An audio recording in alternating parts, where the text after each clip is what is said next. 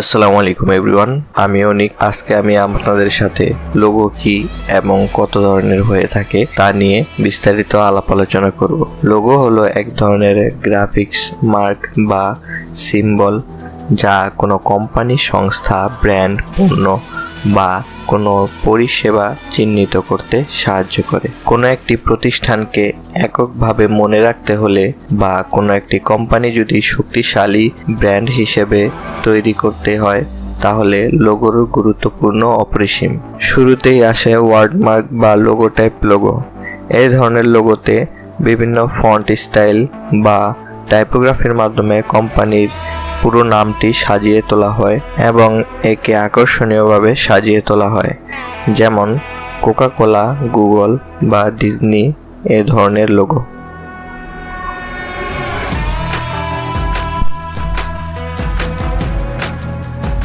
তারপর আসে লেটারমার্ক লোগো। এটি কিছুটা ওয়ার্ডমার্কের মতো হলেও ওয়ার্ডমার্কে পুরো নামের পরিবর্তে এখানে কোনো ব্র্যান্ডের নামের সংক্ষিপ্ত রূপ বা কোনো ব্র্যান্ডের নামের ফার্স্ট লেটারটি লোগো হিসেবে ব্যবহার করা হয়। সাধারণত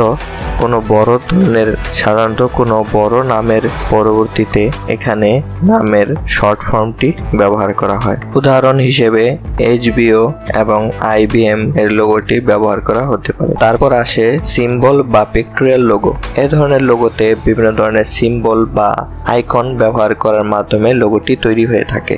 যদিও এ ধরনের লোগোতে ব্র্যান্ডের নামটি ব্যবহার করা হয় না, তবুও মানুষ এর সিম্বল এবং আইকন দেখেই ব্র্যান্ডকে চিনতে পারে, যেমন অ্যাপেল, নাইকি বা টুইটার বার্ড। তারপর আসে কম্বিনেশন লোগো। এ ধরনের লোগোতে বিভিন্ন ধরনের লোগোর কম্বিনেশনে একটি লোগো তৈরি করা হয়।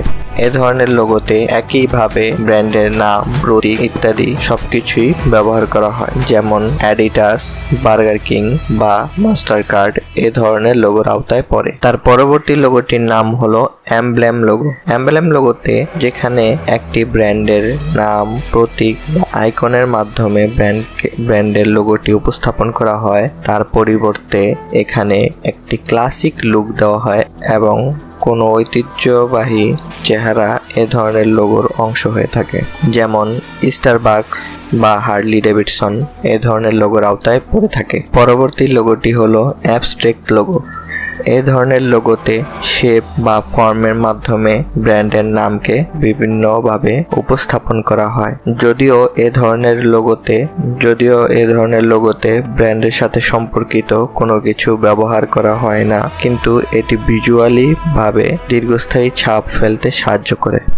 তার পরবর্তী লোগোটির নাম হলো মাস্কট লোগো। সাধারণত এ ধরনের লোগোতে কোনো নির্দিষ্ট প্রাণী বা কোনো ক্যারেক্টারের চিত্রিত বা ইলাস্ট্রেটেড কোনো চিত্র ব্যবহার করা হয়ে থাকে। এ ধরনের লোগো দেখতে প্রায় আকর্ষণীয় হয়ে থাকে। সাধারণত খুব ছোট বয়সের বা টিনেজরা এ ধরনের লোগো পছন্দ করে থাকে, যেমন KFC এর কর্নেল স্যান্ডার্স।